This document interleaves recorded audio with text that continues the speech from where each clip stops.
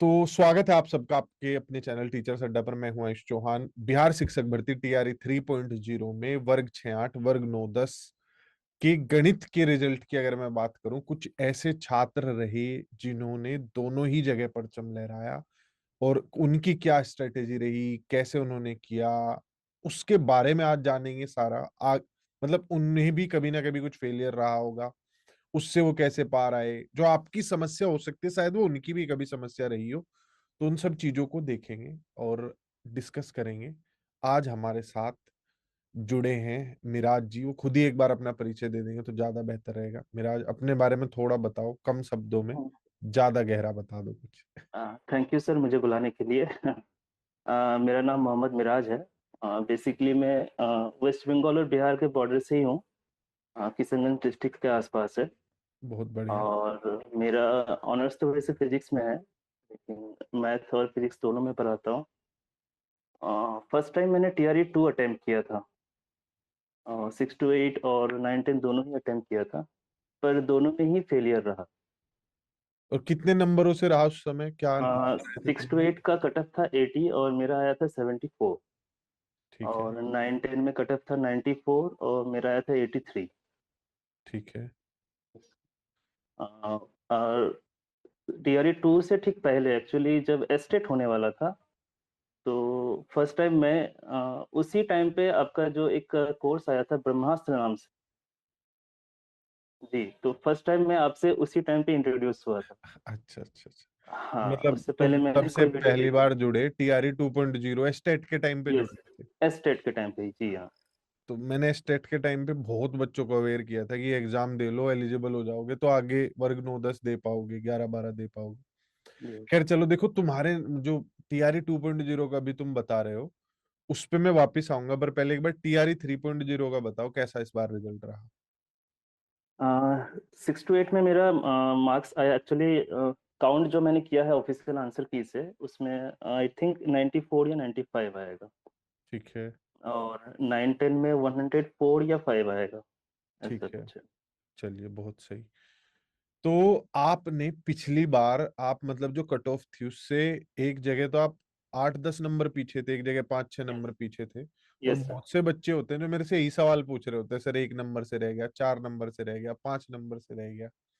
और मैं उन्हें हमेशा, पिछली बार भी मैंने एक बात कही थी, हमेशा मैं उन्हें कहता हूँ, देखो जो दो लोग दौड़ रहे थे, 100 लोग दौड़ रहे थे, 10 का सिलेक्शन हो गया।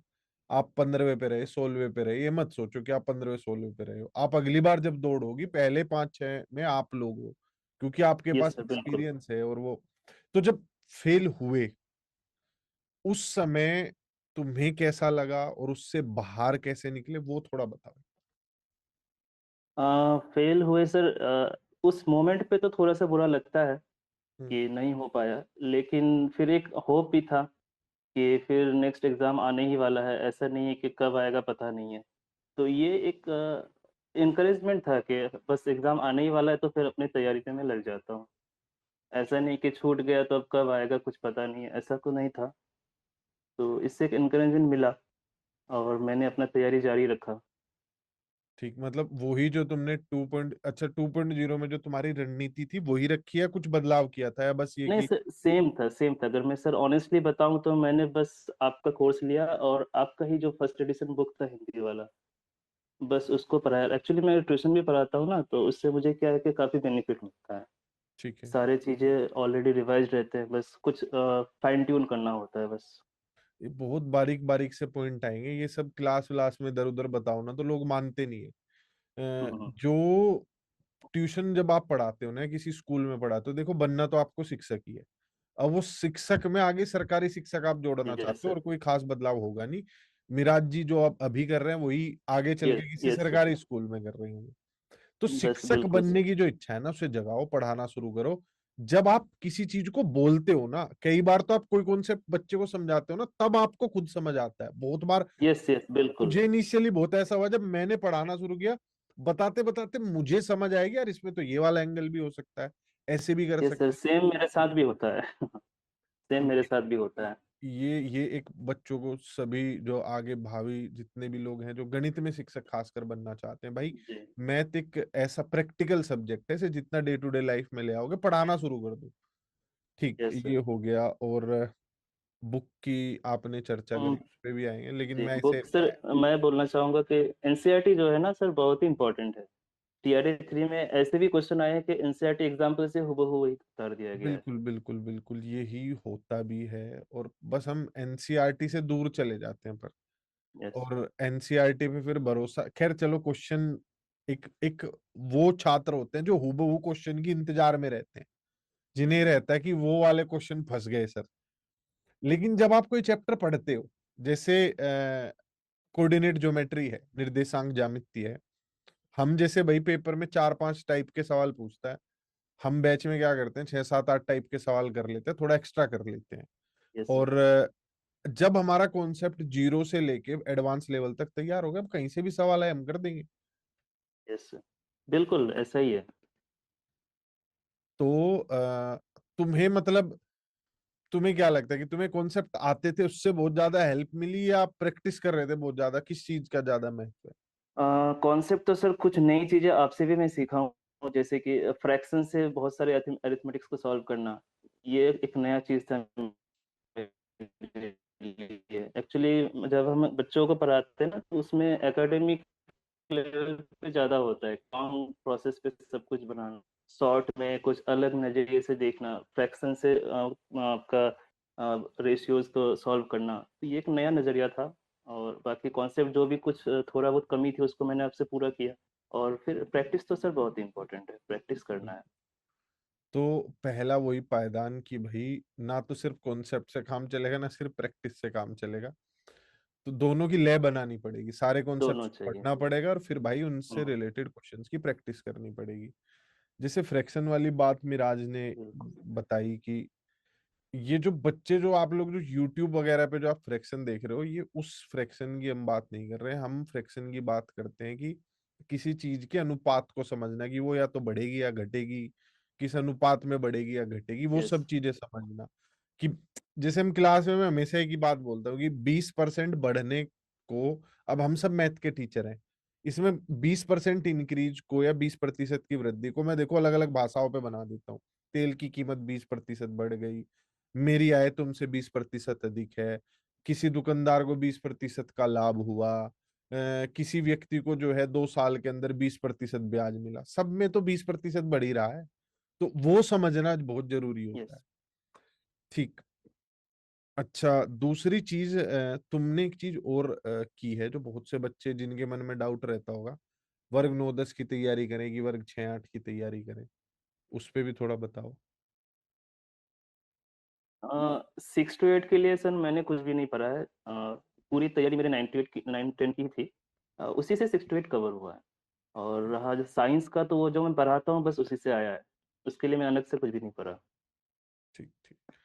तो जितने भी छात्र जो तैयारी कर रहे हैं वर्ग 6-8 और वर्ग 9-10 में, या तो आप जैसे वर्ग 9-10 में साइंस के लिए एलिजिबल हो, आप 6-8 में मैथ साइंस दोगे, या उल्टा है भाई कि आप वर्ग 9-10 में आप मैथ के लिए एलिजिबल हो, नीचे आप जो है उसका परीक्षा दोगे, अपनी मैथ साइंस की परीक्षा दोगे, ऊपर आपका मैथ है। तो जो सिलेबस है ना, वो बिल्कुल सेम है। लेवल सेम कई है। बार ऐसा हो जाता है कि 6-8 में मुश्किल पूछ लेते हैं, थोड़ा 9-10 में आसान कर देते हैं। इस बार भी ऐसा सही हुआ, 9-10 का पेपर बहुत आसान था, यस, और क्वेश्चंस का लेवल काफी लो था, जिसका नुकसान अच्छे छात्रों को बहुत ज्यादा उसका नुकसान होता है। तभी दो सवाल अपने यहाँ से बन जाएंगे हमारे। एक तो ज्यादा हाई कट ऑफ जो गई है, इस पे आएंगे, और दूसरा आएंगे उस चीज पे कि जनरल पेपर में कैसे कवर करें फिर चीजों को। तो पहला, मिराज, कट ऑफ के बारे में तुम्हारे क्या विचार है? कट ऑफ काफी कट जबरदस्त। ऑफ एक्चुअली 5 क्वेश्चन तो डिलीटेड थे। हाँ। अगर उनको हटा दिया जाए तो कट ऑफ आ रहा है लगभग आपका 97, हम्म। जो कि एक रीज़नेबल है मेरे ख्याल से, क्योंकि मैथ है, एक ही सब्जेक्ट है। और क्वेश्चन का लेवल बहुत हाई नहीं था, मॉडरेट लेवल का क्वेश्चन था। अब जिस इसमें क्या होता है ना, जैसे अब मैंने कट ऑफ जो थी प्रेडिक्ट कर दी थी, अब से कोई 2-3 महीने पहले की हाई कट ऑफ जाएगी भाई, यस, क्योंकि पेपर यस, इजी था। अब यस, बच्चे जिनका नहीं होता है ना उस टाइम पे, वो ये सब चीजें सुनना नहीं चाहते, उन्हें बहुत यस, बुरा लग जाता है कि हाई कट ऑफ क्यों बता रहे हैं। तो देखो, और कि पेपर लीक हुआ होगा, ये हुआ होगा, आपके सामने है। और मिराज है जैसे, और भी मैं और भी बहुत बच्चों से के इंटरव्यूज लूंगा जिनके 106, 107, 108 नंबर भी हैं बच्चों के। तो इनमें से वही 5 अगर हम डिलीटेड क्वेश्चन के नंबरों को हटा दें, तो जैसे 97 की बात हो रही है, तो यस, 97 में बाकी के 88 नंबर आप अपने मैथ से ला सकते थे। 80 सवाल आपके मेन पेपर के हैं और 8 सवाल आपके जनरल पेपर के मैथ के हैं। यस, तो 88 सवाल आपके बढ़िया गणित के तौर पर आप बना सकते थे। तो हालांकि ये होना नहीं चाहिए मेरे हिसाब से। पेपर ऐसा होना चाहिए कि कट ऑफ जाए, एग्जामिनर को ध्यान रखना चाहिए कि कट ऑफ जाए 80-85 के आसपास। 10-5 सवाल मुश्किल भी डाले ना, जिस बच्चे ने मेहनत की हुई है मैथ में, उसे भी तो थोड़ा अपना करतब दिखाने का मौका मिले। सभी लोग एक ही लाइन पे आके खड़े हो जाएंगे। बिल्कुल, तुमने मिराज मेहनत की, तुम भी वहीं आ गए। 88 में से तुम्हारे भी वही लगभग 80 प्लस सही होंगे। जिसने नहीं की वो भी वहीं आ गया, क्योंकि कुछ ऐसा सवाल ही नहीं था जो अंतर पैदा कर सके एक नॉर्मल और एक अच्छे छात्र में।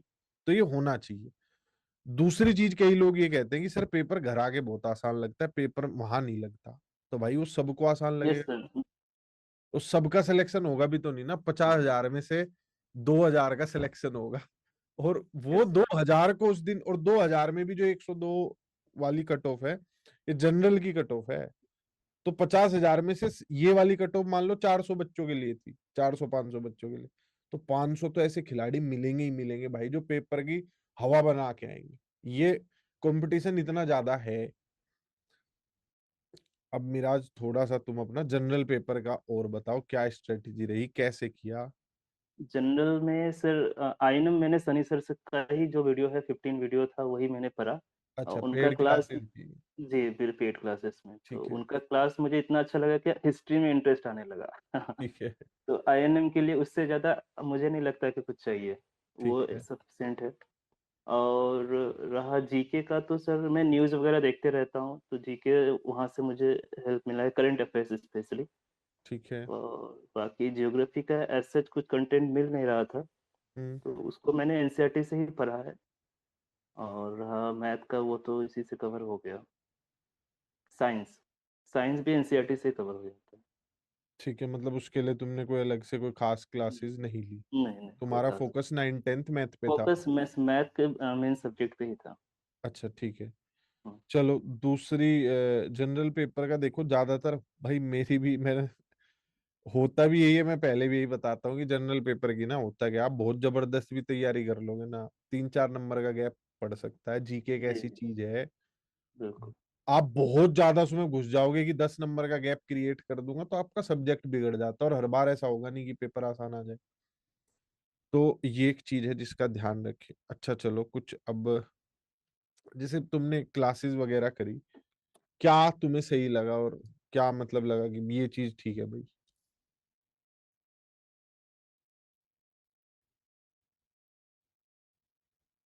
क्लासेस सही थे, क्लास बिल्कुल आराम से जाया जाता है एक्सेस में, ऐसा नहीं कि बस हड़बड़ी में सिलेबस कवर करना है। बिल्कुल कॉन्सेप्ट को आराम से बताया जाता है। क्लासेस हेल्पफुल है एक्चुअली। यूट्यूब में क्या होता है ना कि नॉइज बहुत ज्यादा है, आज कभी ये वीडियो देख रहे हैं, कभी वो देख रहे हैं, इससे ना लोग भटक जाते हैं। एक ही चीज के, एक ही टॉपिक के आप 10 वीडियो देख रहे हैं, उसका कोई फायदा नहीं है।